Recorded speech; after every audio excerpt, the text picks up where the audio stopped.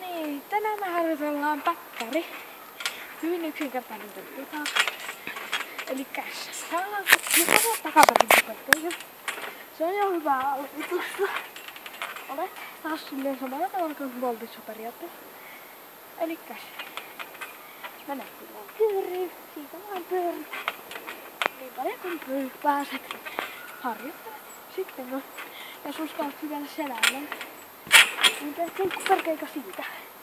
Eli sitten kun hyppäät vähän,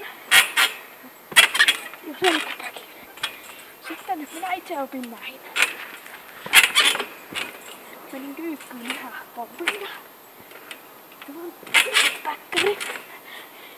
Sitten menin jo tähän asetoon. Ja sitten tästä menen sinne. Sitten alkaa ottaa kunnolla vauhtia. Ja sitten haastettani tästä vielä enemmän haastetta.